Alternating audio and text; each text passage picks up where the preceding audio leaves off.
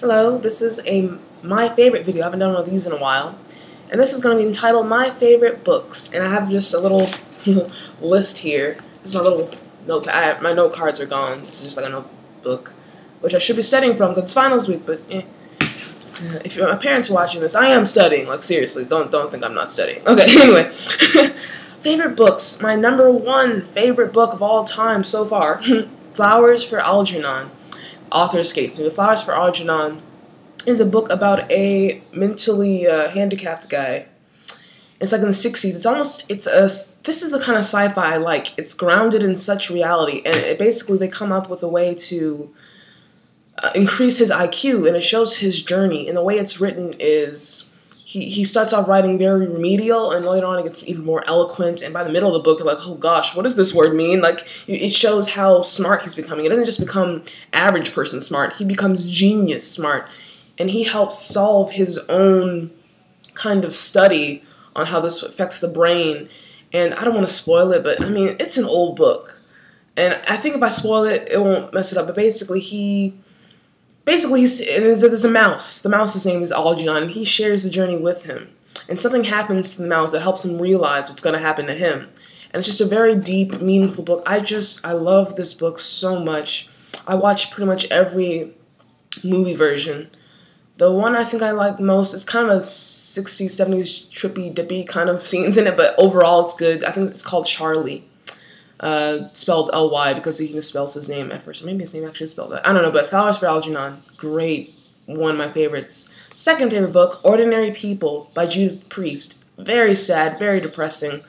It's about a guy that attempts to kill himself after he thinks he kind of killed his brother on a boat. This is not spoilers. I mean, this is kind of, that's the first chapter. First scene of the movie in the 80s. This movie about it.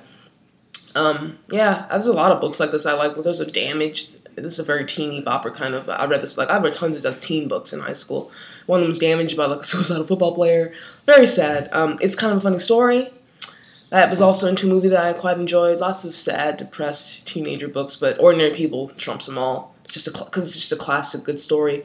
Each chapter alternates between the dad's point of view of what's happening and then the son's point of view, the surviving son, from not only the accident but the attempted, suicide. But it's a very good book. Not to be too much of a downer, but it's a good book. Animal Farm in 1984, George Orwell. Yes, this was required reading in high school, but I thoroughly enjoyed it. Animal Farm might inch out a little bit on top of 1984, but Animal Farm, that legitimately scared me. As a child, I watched an adaptation where there's this end scene where the pigs and humans are the same. I was freaked out. I'm like, what the... And then I read it later, and I'm like, wait a minute, Mom and Dad, why did you let me watch this scary movie? I was like 8 or something when I watched the Animal Farm adaptation. I'm guessing it was the 90s version. I don't know which one it was, but it was creepy as I don't know what. I'm like, what is, this is not Babe. This is not Babe. That's what I remember saying, what is this? But when I read it later in high school, this is awesome. In 1984, love. I love dystopian stuff. I tried reading some other ones, like Aldous Huxley's, oh man, what's it called? I should know what it's called. Oh Lord, I forgot. Slipped my mind, but Aldous Huxley, dystopian, you know what I'm talking about. I didn't get to that one quite yet. Yeah, but I'm in college, so all the books I'm reading are economics and so I don't have time to read, and plus the whole comic book things I'm not really reading for reals right now, but definitely George Orwell just in general. But Animal Farm 1984, required reading, that was awesome. Okay, The Hatchet. This is a kind of a kid favorite of mine, The Hatchet by Gary Paulsen. Awesome.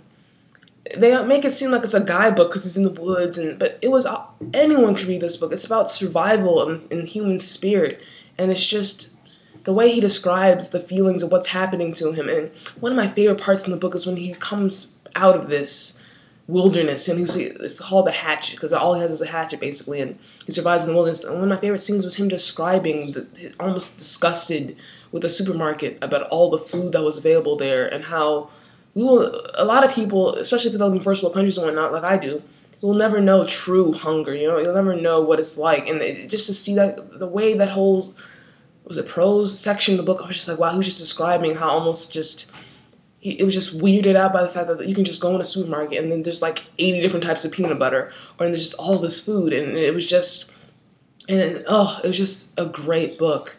In 8th grade, I acted out a scene from The Hatchet, And that was my theater debut. As shy as I am, I did theater once in high school. Horrific experience. I love it so. I really love theater. I'm just too shy to do it. But, oh, Edgar Allan Poe. Just pretty much everything. But Masque of the Red Death.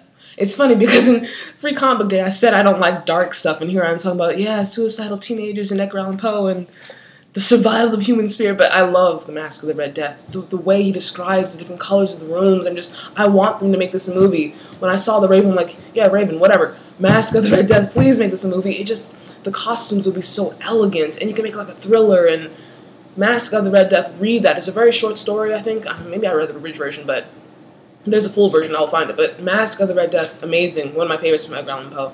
Also Annabelle Lee, like his one happy kind of poem. Hamlet.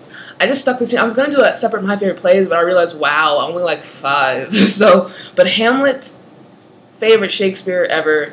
Second is Romeo and Juliet. But Hamlet, I love the David Tennant one with like Patrick Stewart, I believe. Yeah, Patrick Stewart. Oh, it sounded weird saying that. Patrick Stewart and David Tennant one. That was like on PBS. I love that version. Hamlet. I love that. I know I like that. Hashtag, okay, look, sorry Tumblr people, I'm on Tumblr, whatever, okay. There used to be a thing, don't tell anyone about Tumblr, whatever. I know I like something when I look for the tag, and I'm like, following blogs. I followed blogs on Hamlet, okay, I love Hamlet, so yeah.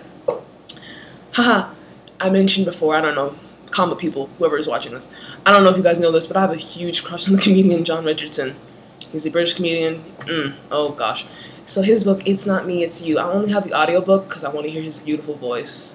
People always make fun of his northern British accent. As an American, any British accent is hot to us, basically, except for maybe that really annoying kind of ghetto-sounding one. But besides that, they're just, But anyway, It's Not Me, It's You. It's, gosh, speaking of depressing, that's kind of a sad book. But it's funny because he's funny, you know, but it's also kind of sad because it's very, yeah.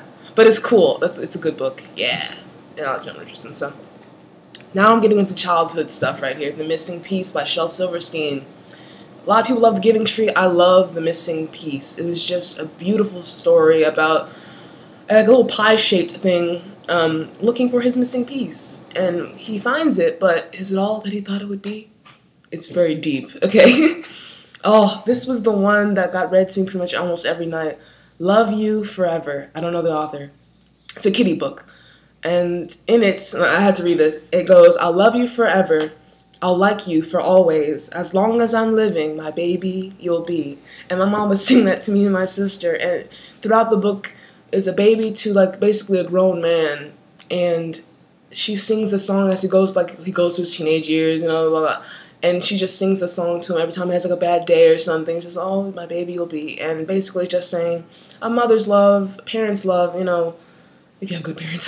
Sorry if you guys don't, but it will be kind of forever. As long as I'm living, my baby will always be their baby. And it's such a sweet book. Oh, I'm gonna tear up talking about this. Love You Forever is just seriously a special place in my family's heart. It's just such a good book.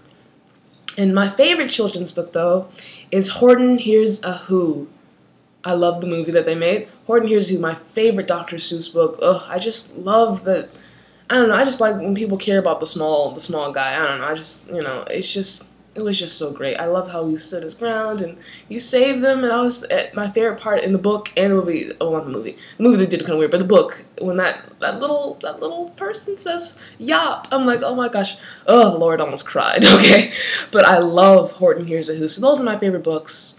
Check them out. I'll make a little list in the description with the authors. I'll research them, but I love books. I love reading. I've kind of not read as much as I would like because of college and stuff, but those are my favorite books. Hope you enjoyed this. Bye-bye.